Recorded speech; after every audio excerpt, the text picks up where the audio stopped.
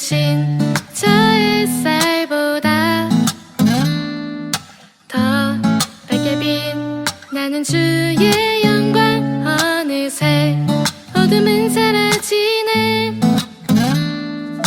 아침을 찬란히 비춰오는 눈부신 저 햇살보다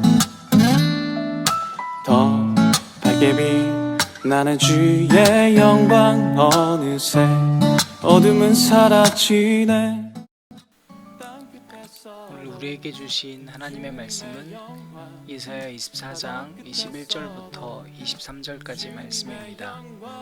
그날에 여호와께서 높은 데에서 높은 군대를 벌하시며 땅에서 땅의 왕들을 벌하시리니 그들이 죄수가 깊은 옥에 모임같이 모이게 되고 옥에 갇혔다가 여러 날 후에 형벌을 받을 것이라.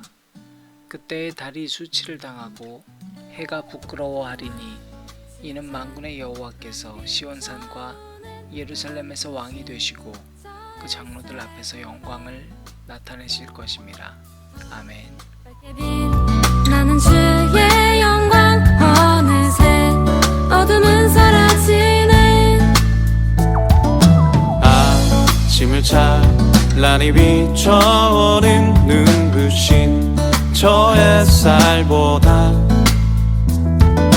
더 밝게 빛나는 주의 영광. 어느새 어둠은 사라지네.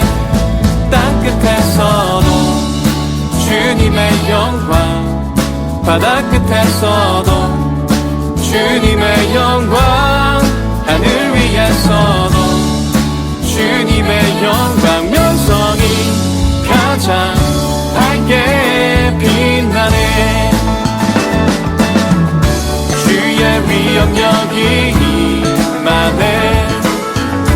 주의 영광 이곳에.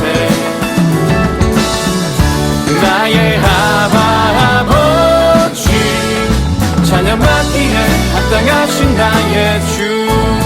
땅끝에서도 주님의 영광, 바다끝에서도 주님의 영광, 하늘 위에서도 주님의 영광. 명성이 가장 밝게 빛나네. 땅끝에서도 주님의 영광, 바다끝에서도 주님의 영광, 하늘 위에서도 주님의 영광. 명성이 가장 밝게 빛나네. 가장 밝게 빛나네. 가장 밝게 빛나네.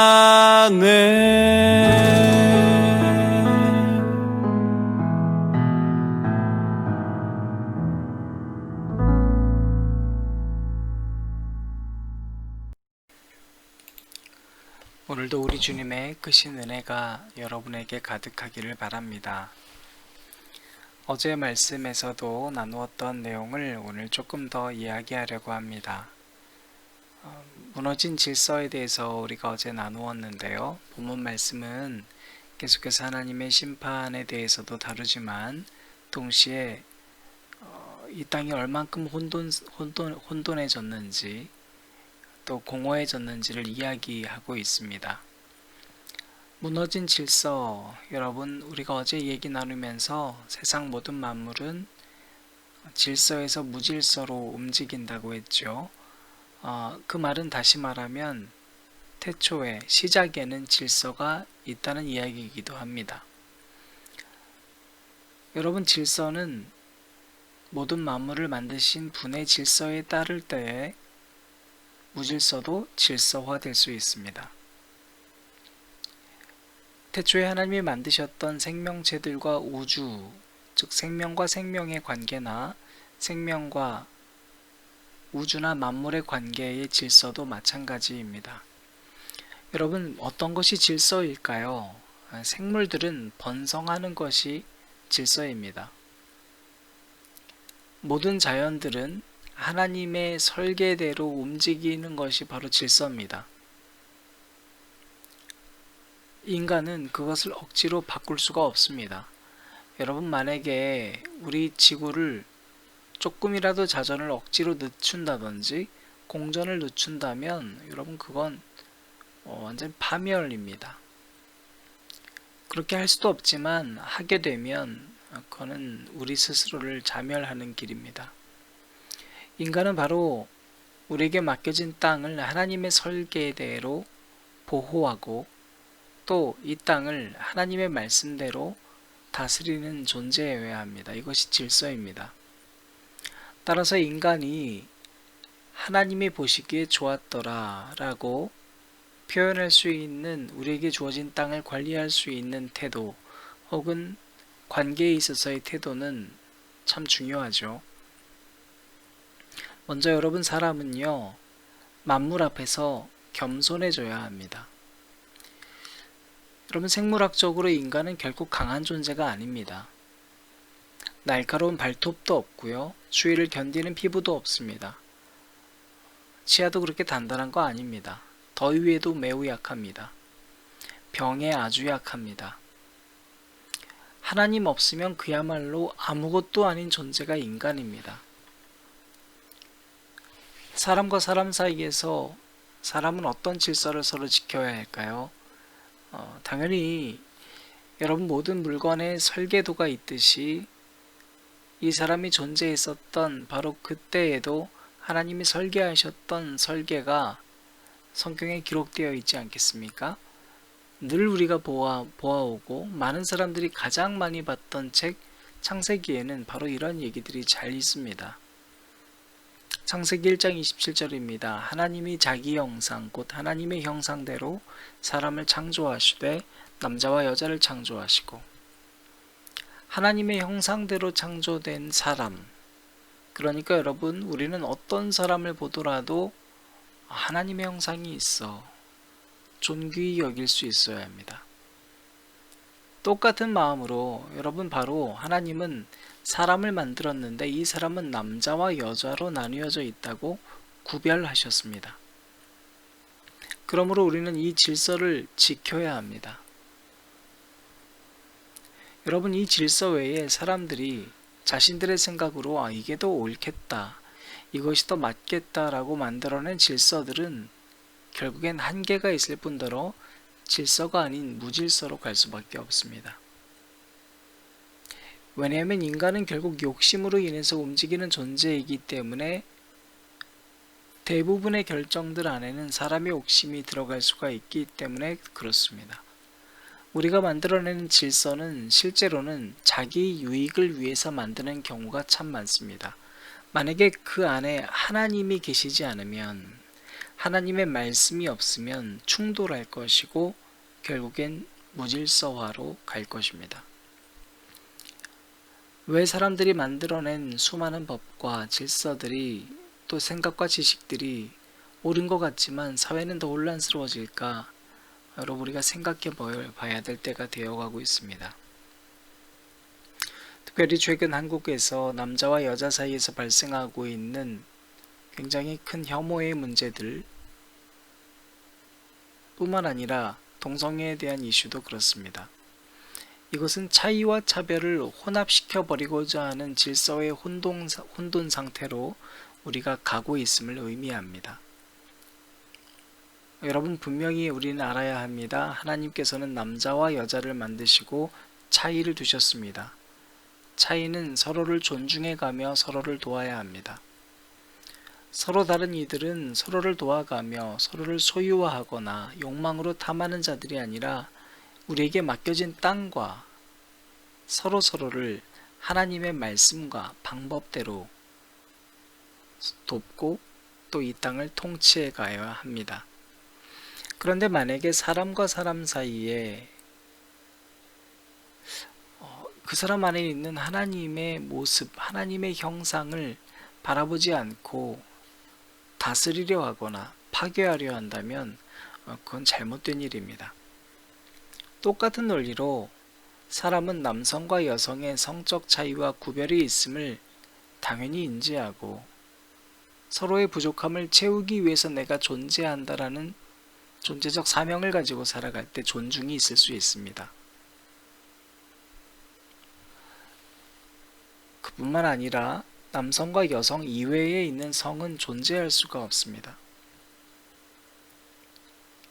만약에 남성과 여성 이외에 있는 성을 만들어낸다면 그건 여러분 명백한 질서를 위배하는 것입니다. 여러분 동성애와 관련된 이슈가 참 많습니다.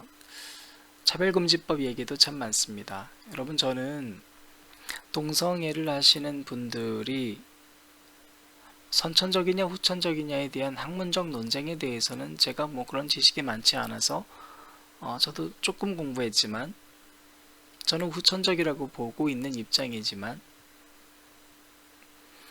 거기에 대한 논쟁을 하고 싶지는 않습니다. 그러나 분명한 사실 하나는 차별금지법을 제가 전문을 다 봤을 때 2조 1항에 있는 내용은 참 심각하다 싶습니다.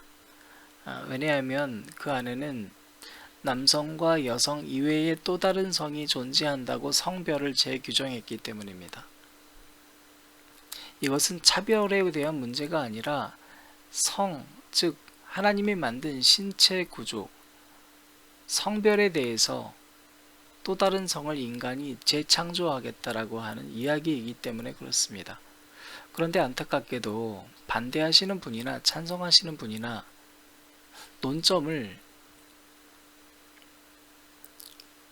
차별을 금지하는 법안과 성적 취향과 동성애 자체에 대해서는 초점을 맞추고 있으면서도 그것으로 인해서 경론은 하지만 그러한 토론의 근간이 되고 있는 2조 1항에 있는 성별에 대한 재해석에 대한 문제 제기를 별로 하지 않습니다.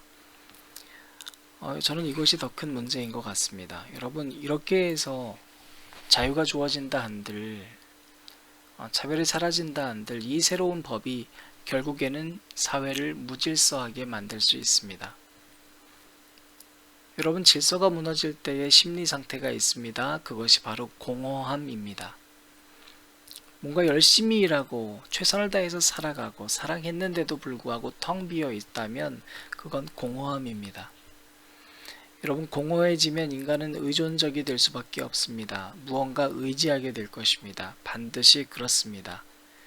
의지해야 할 존재로 태어났다면 문제는 여러분 잘못된 대상을 의지하게 된다는 것입니다. 우리가 의지해야 될 존재여서 하나님을 의지하면 괜찮습니다. 하나님 안에서 우리가 의지하는 존재가 되면 그분은 우리의 균형을 잡아주시고 질서를 유지시켜 주실 수 있는 분이기 때문에 우리는 그분 안에서 부족한 누군가의 부족을 채워줄 수 있는 존재로 설 수 있습니다. 그런데 여러분 하나님 없으면요. 하나님이 만드신 질서 없고 하나님 만드신 법이 없으면 우리는 무너집니다. 바로 선악과를 먹은 남자와 여자가 하나님을 의지하지 않고 질서가 무너질 때 서로만 의지했었던 것 우리는 잊어버리면 안 됩니다. 하나님 믿는다면서 서로에게 의지한 경향이 너무나 많은 사람들이 있습니다. 결국엔 서로가 서로를 가리고 부끄러워하고 그 부끄러움이 하나님을 경외하는 것이 아닌 멀어지려고 하는 두려움으로 발전하는 사람들이 너무너무 많습니다. 여러분 죄성과 하나님과 멀어진 상태에서는 이 죄성을 가지고 아무리 많은 일을 해봐야 죄의 또 다른 태동만을 낳을 뿐입니다. 하나님을 떠난 상태에서는 죄성을 가진 인간은 아무리 지식이 많아봐야 자기 소유를 더 끌어올 것으로 그 지식을 활용하는 사람이 될 수밖에 없습니다. 그것이 바로 욕심이고 죄로 발전합니다. 그래서 인간이 만든 무수히 많은 발명품도 이 세상을 밝히 비추이는 빛이 아니라 오히려 가장 유일한 신 빛인 하나님을 보지 못하고 있는 것입니다. 사랑하는 여러분, 하나님 아래에 있을 때 우리는 무질서 속에서 회복을 만날 수 있습니다. 어제까지 말씀이 무질서에 대한 얘기였다면, 즉 심판의 너무나도 아픈 이야기들이었다면 오늘 말씀은 회복입니다. 오늘 우리가 읽지 않았지만 14절 말씀이 이렇게 기록합니다. 무리가 소리를 높여 부를 것이며 여호와의 위엄으로 말미암아 바다에서부터 크게 외치리니. 15절 말씀, 그러므로 너희가 동방에서 여호와를 영화롭게 하며 바다 모든 섬에서 이스라엘의 하나님 여호와의 이름을 영화롭게 할 것이라. 아멘. 우리가 다시 노래하게 될 거랍니다. 여러분, 노래를 잃어버렸던 우리들이 다시 찬양하게 될 겁니다. 이것은 우리가 다시 바로 세워짐을 의미합니다. 하나님을 높이게 될 것입니다. 여러분, 우리가 해야 될 일은 하나님을 높이는 일입니다.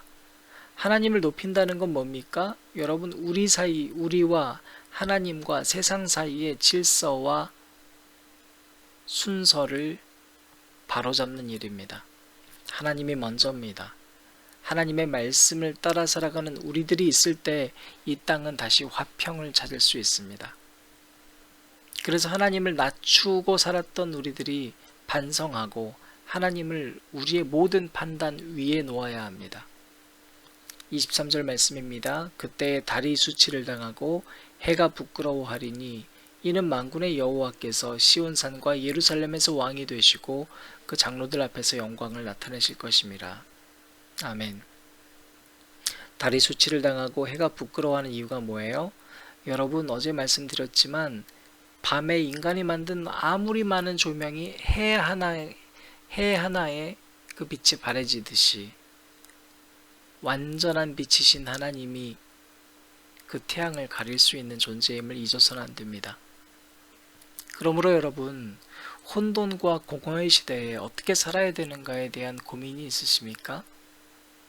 그 고민을 할 것이 아니라 내가 만군의 여호와를 왕으로 모시고 사는가 고민하시길 바랍니다. 여러분 가정에서 그분이 왕이 되시는가? 아니면 여러분의 목소리가 왕인가? 여러분 회사에서 여호와가 왕이 되어가는 삶을 살려고 노력하는가? 아니면 여러분의 사역과 여러분의 일이 우선이 되고 있는 건 아닌가? 사랑하는 안전자리 기도회를 들으시는 여러분, 모든 질서는 하나님을 왕으로 모시고 그 말씀을 명령으로 받아들여 우리에게 맡겨진 땅을 살아가는 한 사람 한 사람, 바로 여러분을 통해 오늘 회복되어 갈 것입니다. 오늘 마지막 찬양은요, 처음과 나중이라는 예수전도단 찬양입니다. 여러분, 처음도 나중도 우리 한 분밖에 없습니다. 그분께 모든 것 맡길 수 있는 저와 여러분 되시기를 주님의 이름으로 축복합니다.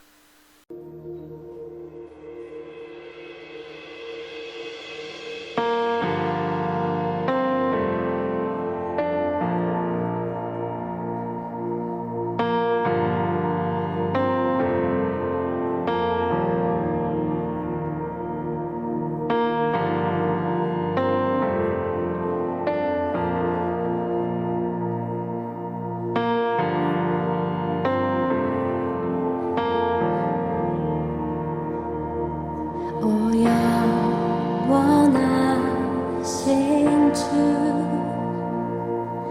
온 세상 주께 속했네. 모든 만물 사라져가도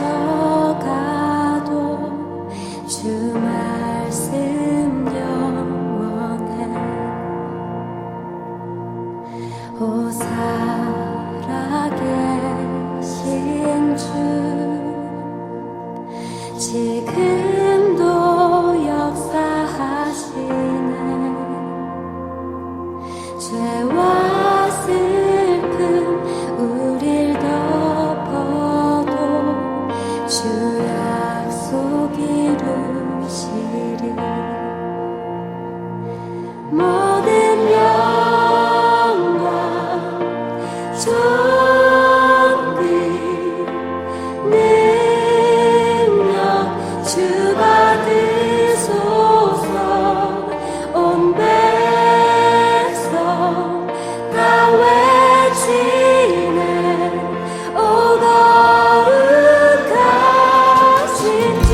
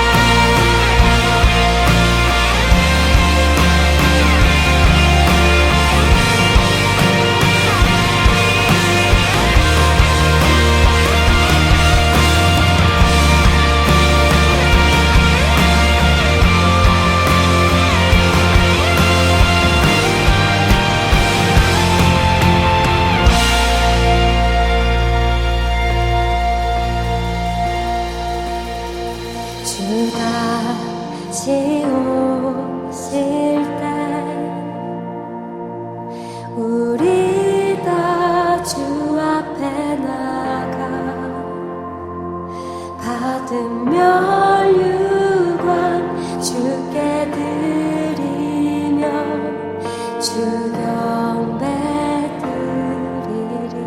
우리 주님 앞에 주 다시 오실 때 우리